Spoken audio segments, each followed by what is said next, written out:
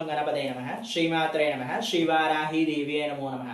Welcome to our YouTube channel Chaganti పాటి talks. నేను మీ చాగంటి పాటి సాయి సందీప్ కిరణ్ శర్మ. నమస్కారం గురువుగారు. చివరి రోజైన ఈ శ్యామలా నవరాత్రుల్లో మాఘశుద్ధ నవమి రోజున మనం ఏ రూపంలో అమ్మవారిని పూజిస్తాము? ఈ మాఘశుద్ధ నవమి రోజు అనగా 9వ రోజున అమ్మవారిని శ్రీ రాజ్యశ్యామలాదేవిగా పూజిస్తాము. ఈ రాజ్యశ్యామలాదేవి అత్యంత శక్తివంతమైన దేవత మరియు దశ మహావిద్యల్లో ఒక దేవత అనమాట. ఈమె శ్యామలా వర్ణంలో అనగా నీలమేఘ రంగుతో వీణ వాయిస్తూ 3 కన్నులతో ఉండే రాజ్యశ్యామలాదేవి అందం మనకు మాటల్లో చెప్పలేనిది.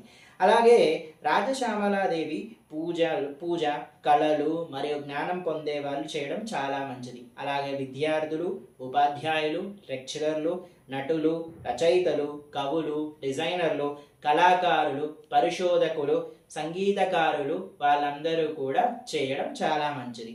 అలాగే ఈ రాజశ్యామలను ఉపాసించే అంటే ఎవరైతే ఆమెడికి పూజ చేస్తారో వాళ్ళకి జనవశీకరణ, ధనవశీకరణ, రాజ్య అధికార ప్రాప్తి, ఉన్నత ఉద్యోగాలు, అధికార పదవులు, అలాగే పొలిటికల్గా రాజకీయ నాయకులకు కూడా మంచి పదవులు లభిస్తాయి.